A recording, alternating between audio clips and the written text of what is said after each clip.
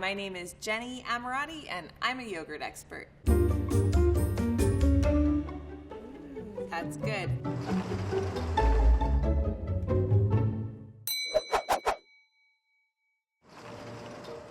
So it looks like we have unstrained yogurt here. This is the traditional type of yogurt that we grew up eating, that you would have had in your household every morning for breakfast. Yogurt is the bacterial fermentation of milk and cultures or bacteria. So when you make a strained yogurt, you would start out with 3 gallons of milk and end up with 1 gallon of yogurt for your finished product. With traditional yogurt, you start out with 3 gallons of milk and you end up with 2 3/4 gallons of yogurt. Traditional yogurts like these are generally more affordable for that reason. Looking at these 2 yogurts in front of me, yogurt A has a nice off-white color. It has a very smooth texture with a few bubbles that tell me that this is actually yogurt. That's kind of a telltale sign.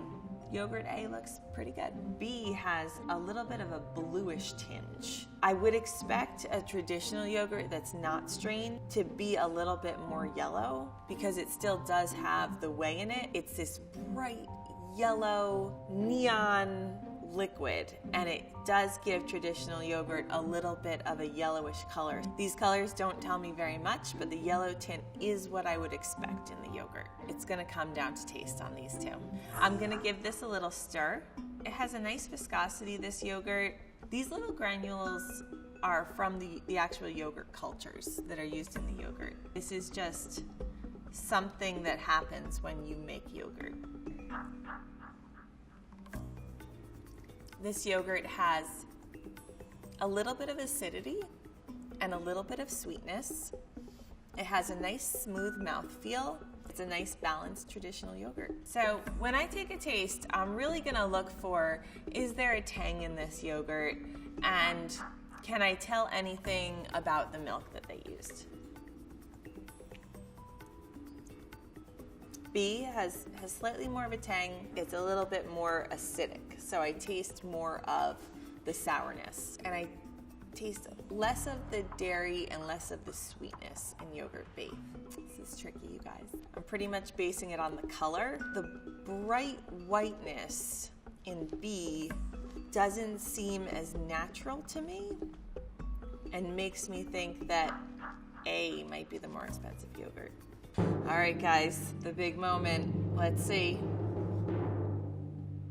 15 cents an ounce.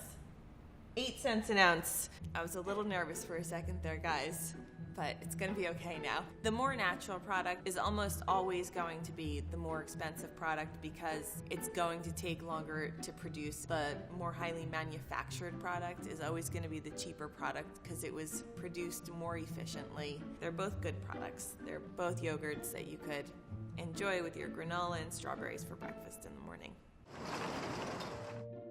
I am a huge frozen yogurt fan.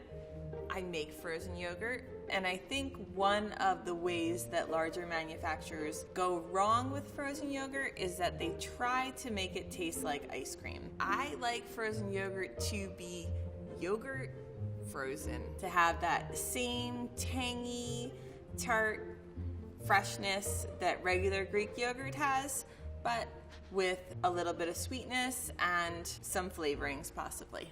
I'm looking at yogurt A, and it's white. I see a little bit of some bumps that remind me of regular yogurt. Looking at yogurt B, I see some inclusions in here, some specks. This might be vanilla bean specks, which would be a sign of a high quality ingredient if there's actual vanilla bean included in it. It's a little bit of a yellow color. I assume that's because of the vanilla used in it. A seems to be melting a little bit faster. B seems to be keeping its shape. I think there may be some stabilizers in B. These are starting to melt, so I should probably dig in.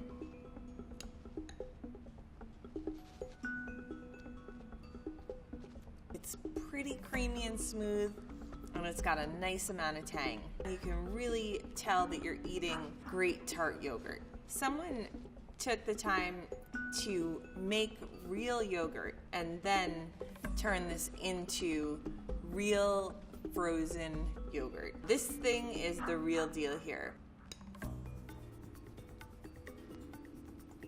Bee tastes a lot like vanilla ice cream. There's no tanginess in this frozen yogurt. This is creamy. It has really nice notes of vanilla. Froyo Bee is probably a larger manufacturer trying to appeal to a larger audience. So comparing frozen yogurt A to frozen yogurt B is like comparing apples to oranges. One tastes like yogurt frozen, and one tastes more like vanilla ice cream. But I'm gonna say that frozen yogurt A has that small batch quality that makes me think that it's more expensive to make. Let's see. It's A. A is 56 cents an ounce, where B is 26 cents an ounce. A is the clear winner, and it's the only frozen yogurt I would eat, but this one also might be a little bit of a taste preference, so there's somebody out there who definitely prefers B.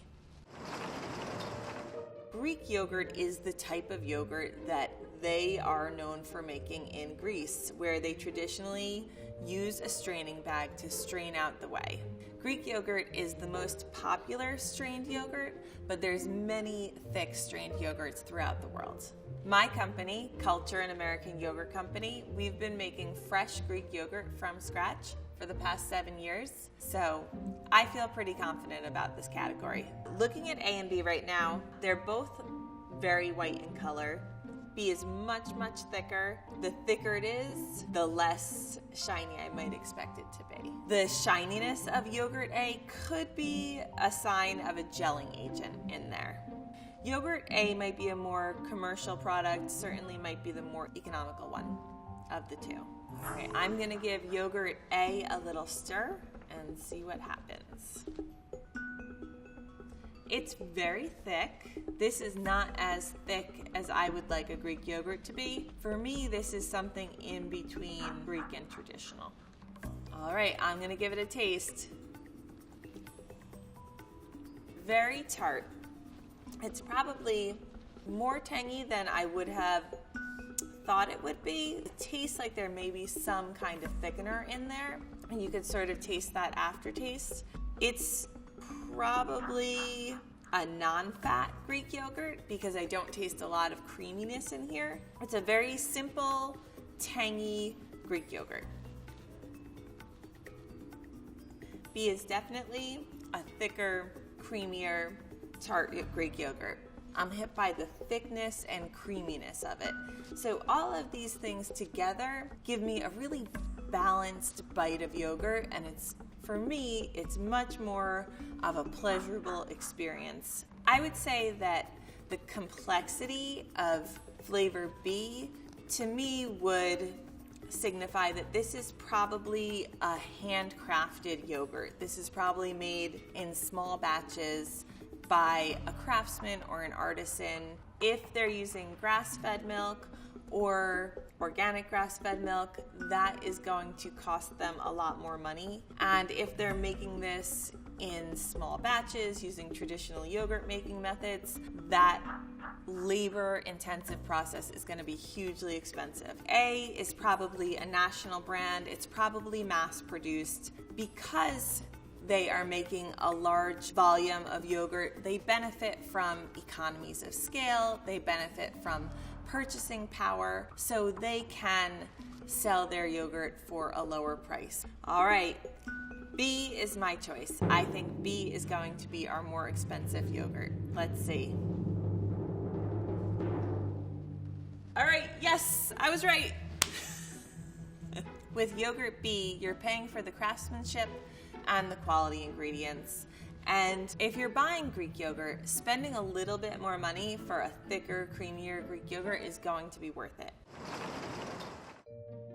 So traditionally, Icelandic yogurt is made with non-fat milk or skim milk, and it's a thick, strained, protein-rich, fat-free yogurt. I would say Icelandic yogurt and Greek yogurt are very similar. The main difference would be the fact that Icelandic yogurt typically only uses non-fat milk, where Greek yogurt is typically made with whole milk or reduced fat milk. So my initial observation looking at both of these yogurts is that I'm shocked that these are both the same kind of yogurt. Yogurt A is very, very thin. It doesn't look like a strained yogurt at all to me. And yogurt B is very thick, almost as thick as a typical Greek yogurt. They're both a similar color. Flavor A is a more intense blue color. Maybe that's indicative of a stronger flavor, but we'll have to see. So there's two basic ways that yogurts are flavored. One way is where the flavor is put at the bottom of the yogurt cup, and then the unset yogurt is put at the top of the yogurt cup. The yogurt is capped and then put into an incubator to incubate the yogurt. The second way to flavor yogurt, which is sometimes referred to as Swiss style to make things more confusing, is when the flavor of the yogurt is stirred into the yogurt. So if you want to be technical, this is a Swiss style Icelandic yogurt. The only reason that I could think of that yogurt A would be thinner is that maybe they wanted to increase their yield in yogurt A and they didn't want to strain off all the way. I'm going to have to dig into this to learn more. I'm going to start with yogurt A. So actually, it is a little bit reassuring to see that it has some thickness to it because they are marketing themselves as an Icelandic yogurt. All right, I'm going to try it. It tastes like a blueberry yogurt. It has a little bit of an aftertaste that I don't love. It tastes like there's some other additional flavor added in to give it that unique flavor profile. I am not sure what that flavor is, but it is certainly unique, and it probably costs more money to put in whatever flavor it is that they added to flavor A. I'm gonna move on to yogurt B. I like the thickness. I like how I can flip it over and it doesn't fall off my spoon. All right, I'm gonna give it a taste. Yogurt B is also not an overly sweet yogurt.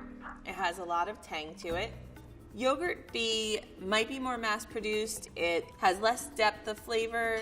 Yogurt A seems like it has more premium quality ingredients. Even though these flavor combinations didn't work out, I'm gonna say that A is the more expensive yogurt.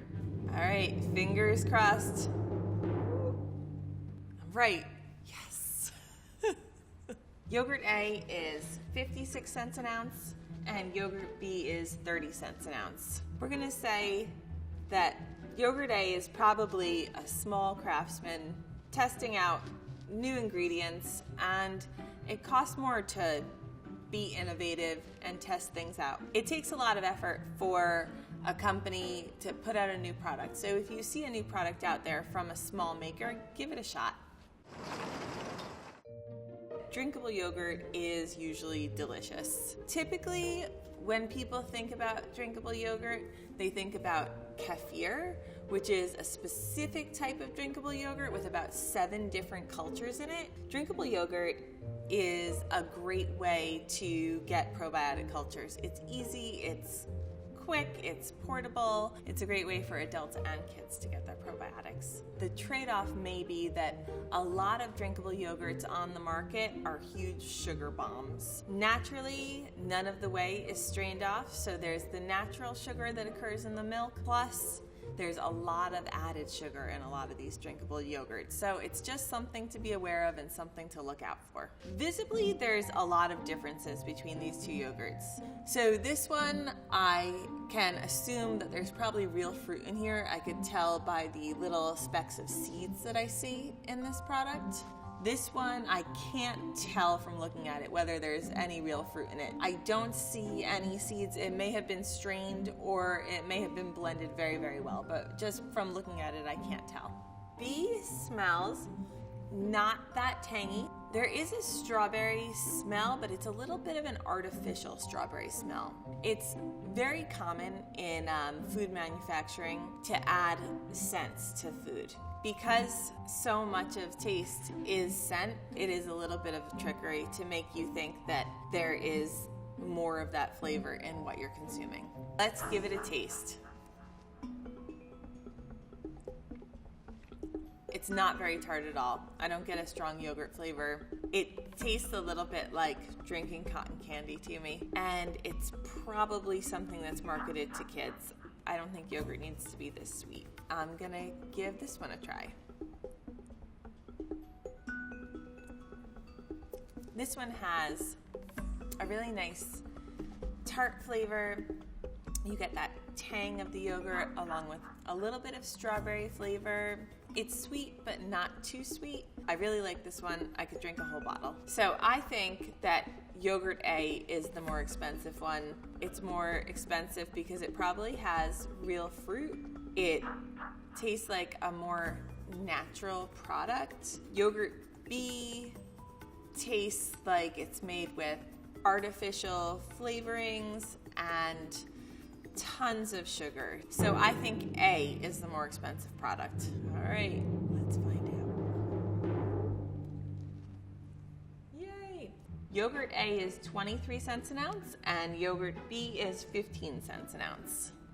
You should always go with yogurt A if these are your two options because it's just a much more high quality product. It's something that is going to be much more enjoyable and probably healthier. I'd be happy drinking this every morning. Yogurt is a healthy and delicious food enjoyed all around the world. With so many different varieties, go out, try them all, and find the one that's right for you.